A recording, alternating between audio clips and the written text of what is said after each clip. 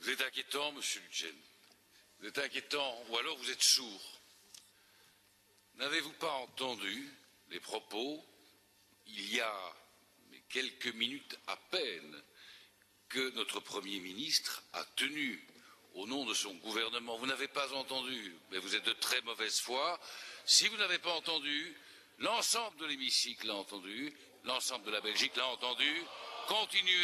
Continuez à être de mauvaise foi comme vous l'êtes, c'est inquiétant. Meneer Vuijen.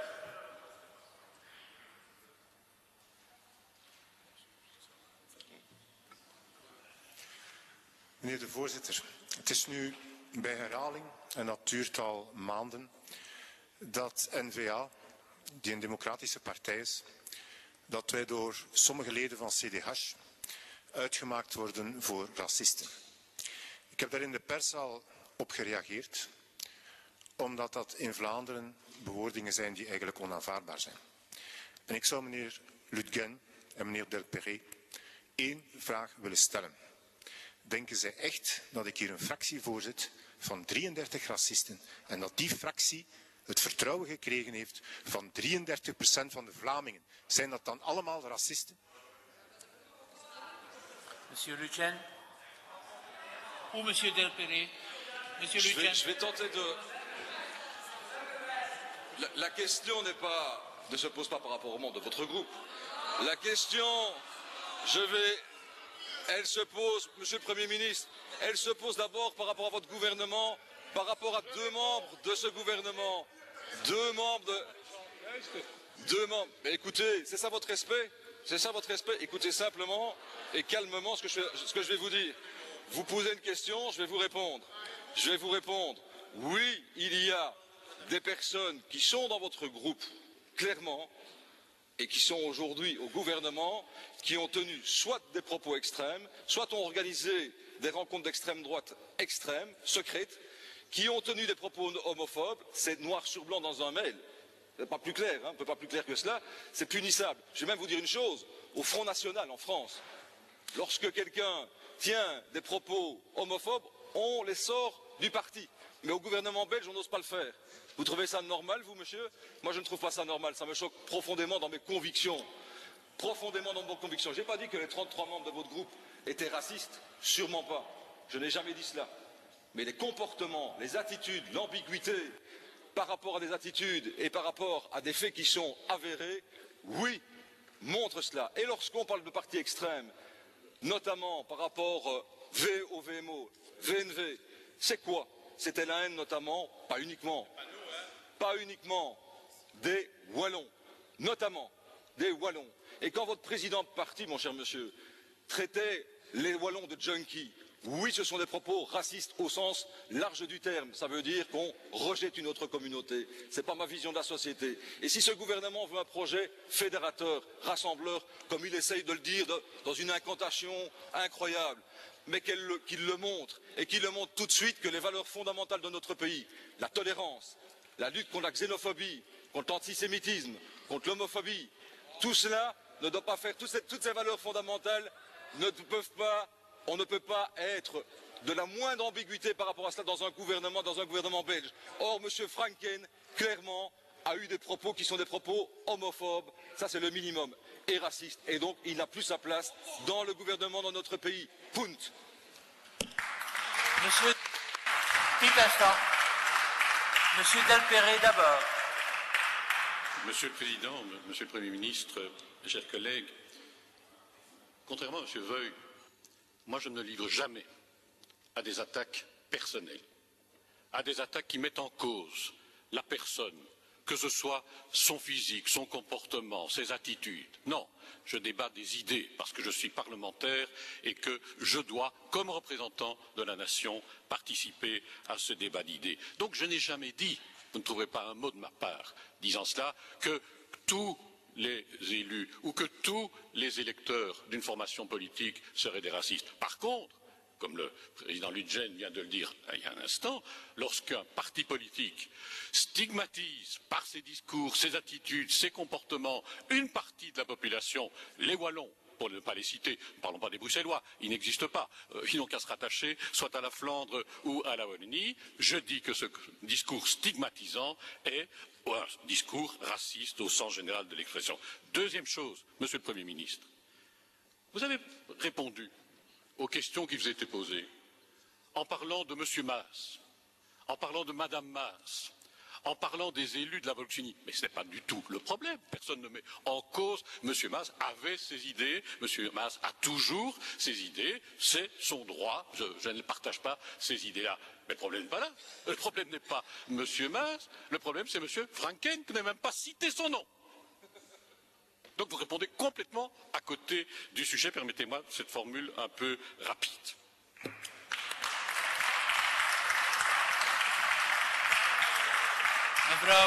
Mevrouw Smeijers.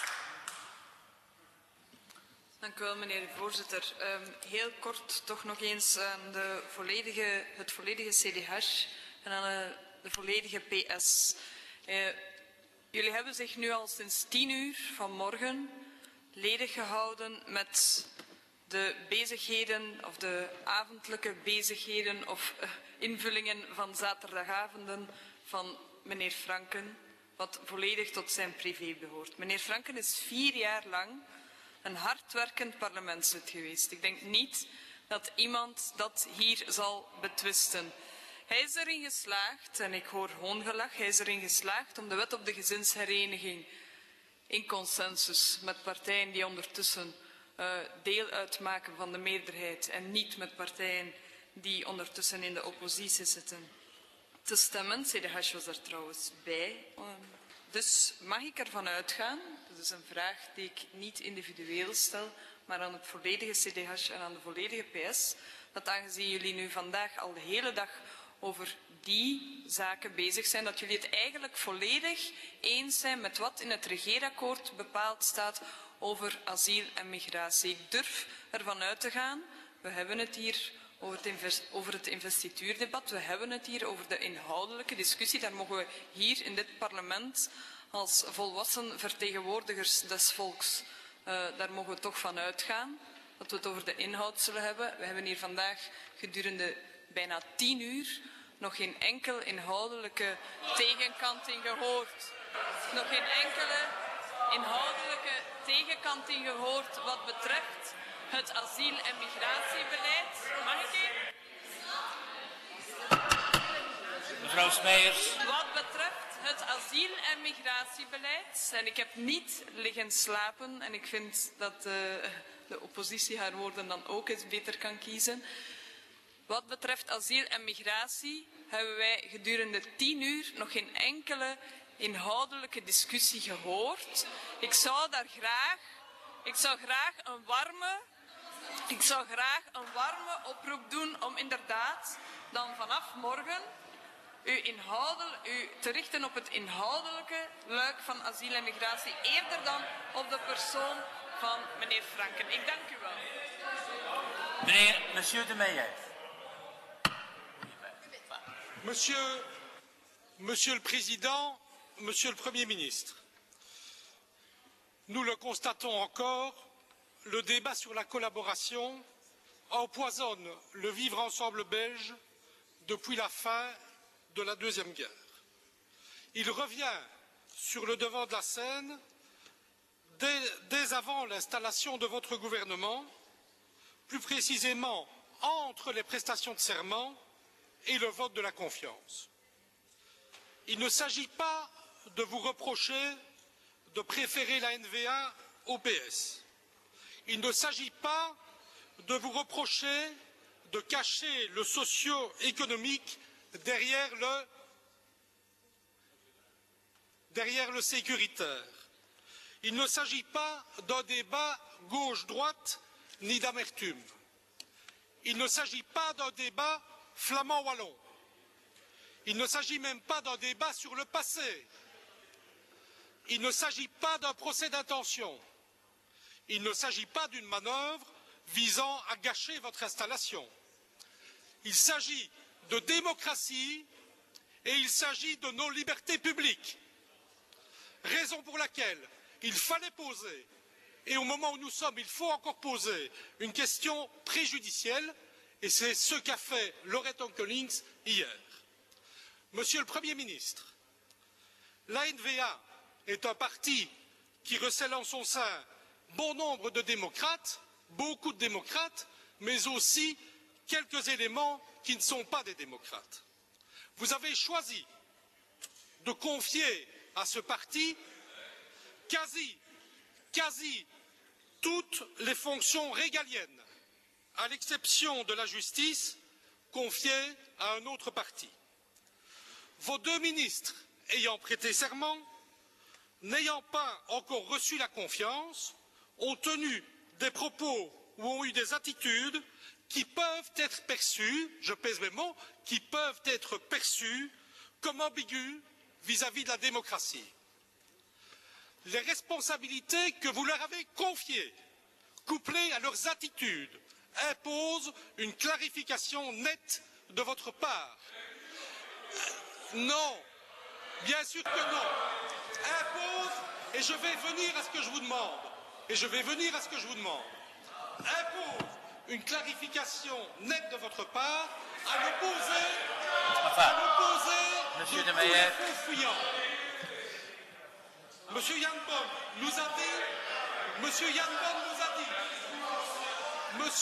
Bonn nous a dit, à propos de la collaboration, c'est une erreur du mouvement flamand. Quelle erreur? J'y reviendrai. Ils avaient leur raison. Je n'étais pas là. Que nous dira-t-il en cas de bavure, rare, mais toujours possible, des forces de l'ordre demain? Nous dira-t-il, je n'étais pas là? Nous dira-t-il, ils avaient leur raison? Allez, we kunnen... Ne craint-il pas? Het heeft geen... Monsieur le Président, je souhaite terminer. Mij betreft, monsieur de Meyer, Je souhaite avec terminer. tous mes respects, mais ce que vous dites, Oui. c'est pas du nouveau. La Non, non, clarification mais a été donnée. laissez-moi terminer mon raisonnement. Laissez-moi terminer mon raisonnement, j'arrive à la fin. Aucun sens. Ne craint-il pas, et je pose des questions, ne craint-il pas des incidents? Ne craint-il pas de justifier erronément des réactions disproportionnées? À M. Franken, comme M. Delperret l'a dit, je vous dirais que le problème n'est pas de s'acharner sur un monsieur de 90 ans. Il s'agit d'un homme de 36 ans, lui-même, qui demande, reçoit, accepte la responsabilité de charges importantes et délicates, et qui, par son comportement, a semé et sème le trouble aux yeux de la Belgique entière. Monsieur le Premier ministre, pouvez-vous nous assurer que demain, M. Franken ne sera pas au centre d'un réseau au sein des services de sécurité du Royaume, dévoué à la mise en œuvre de son propre programme? Monsieur le Premier ministre, et je termine, Kom aan, hè. vos deux ministres, Monsieur le Ça n'a Premier ministre, aucun sens. vos deux ministres parlent d'erreur à propos de la collaboration. Ils n'ont pas voulu dire qu'il s'agissait d'une simple erreur tactique ou stratégique du mouvement flamand. Je voudrais qu'ils nous assurent personnellement, qu'ils considèrent cela comme une faute et comme un crime contre l'humanité. Cette clarification est nécessaire pour rassurer le Parlement, La clarification a été donnée. pour rassurer la population sur le caractère démocratique de votre gouvernement et de votre action future. Dans le cas contraire, vous Collega's. traînerez cela comme un boulet, Collega's, dit en begint... tâchant dès la première heure Dit jusqu'à la is- fin de la dit is législature obstructie. votre action et tout ce que vous pourrez dire et faire. Voilà, Monsieur le Ministre, Ik stel la voor, demande que collega's, je vous formule et j'attends la réaction. ik stel voor om dit debat te sluiten. Ik zie niet goed in wat er nog aan nieuws kan worden gebracht na de verklaring van de eerste minister. Met alle respect, meneer De Meyer, maar u heeft echt niets gezegd wat nieuw was. Echt waar.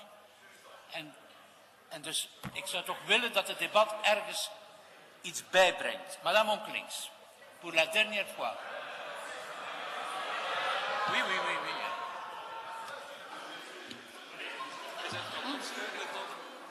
Madame Onkelings.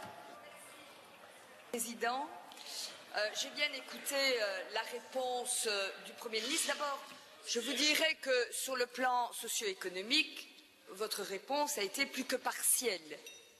Il y a eu de longues interventions pour expliquer notamment l'injustice de l'effort demandé d'une part aux travailleurs et pensionnés et d'autre part aux rentiers. Je n'ai pas entendu de réponse par rapport à cela. D'autre part, vous avez apporté votre réponse à l'émotion populaire engendrée par les propos de M. Janbon et l'attitude et les propos de M. Franken. Dans votre réponse, vous avez donné votre conviction personnelle. Sachez que...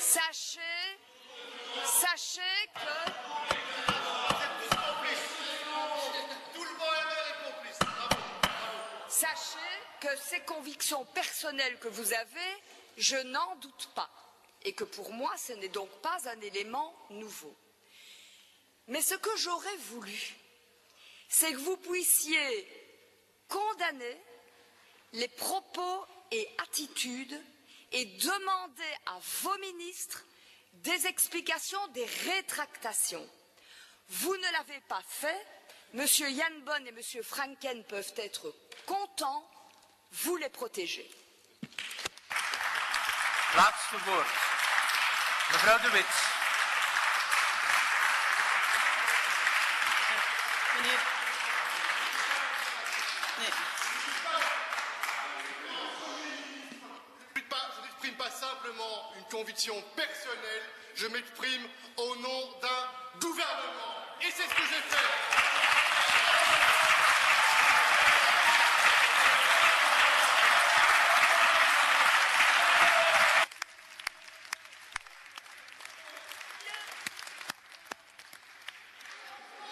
Dank u. Dank u, Mevrouw De Wit. Dank u wel, meneer de voorzitter. Collega's, het is mijn tweede termijn als parlementslid. Ik denk dat u mij allemaal kent als iemand die op de inhoud heeft gewerkt de afgelopen jaren. Ik beoog dat terug te doen. Op dossiers, op wetsvoorstellen en dergelijke meer. Ontwerpen nu. Hè? Ik heb het altijd gedaan, ik wil dat ook doen. Wat ik vandaag heb gehoord aan intentieprocessen. Naar mensen van onze partij en bij veralgemening naar gans onze partij. U kent mij niet eens. U kent mij van hier, vanuit mijn parlementair werk. En dat is hoe dat u mij ook moet kennen. Maar u gebruikt van alles. U haalt van alles uit de context voor pure politieke recuperatie. Dat is het. En ik voel mij... Meneer Voorzitter, ik voel mij geraakt tot in het diepste van mijn ziel. En dat mag u weten. Want u weet niet wie u bent en u weet ook niet wie u bent. Ik zal u zeggen wie ik ben. Ik ben de dochter van een Waal en ik ben daar fier op. Mijn grootvader, dus kleindochter. Mijn grootvader heeft gestreden als militair. 5 jaar krijgsgevangenschap. En ik moet dit nu allemaal ondergaan. Mijn familie moet dat allemaal horen. Wij worden allemaal over een dezelfde lees geschoeid met zaken en feiten uit de geschiedenis. Dit is totaal niet correct en onjuist met zaken die uit zijn context worden gehaald. Dat is wie ik ben. Dat is wie ik ben. Ik ben fier op mijn afkomst. Ik ben heel fier op mijn afkomst. Ik ben fier op wat mijn familie allemaal gedaan heeft. Ik ben fier op wat ik hier vandaag doe. Ik probeer te werken, mee te werken aan een project. En denk nu niet, als ik zou denken dat onze fractie op een of andere manier ondemocratisch is, racistisch of welk scheldwoord ook u nog wilt gebruiken, dat ik hier dan zou zitten. Dan zou ik mijn fierheid bijhouden en dan zou ik weggaan. Ik neem dit niet, ik aanvaard dit niet. U haalt van alles uit een context, puur omwille van politieke recuperatie. Niet meer of niet minder. Dat is wat u doet en u doet de waarheid onrecht aan. Dat is wat u doet. Ga terug op de inhoud alstublieft. Daarvoor zitten wij hier en daarvoor zijn wij in godsnaam verkozen. Alleen maar voor dat. Inhoud alstublieft. Collega's.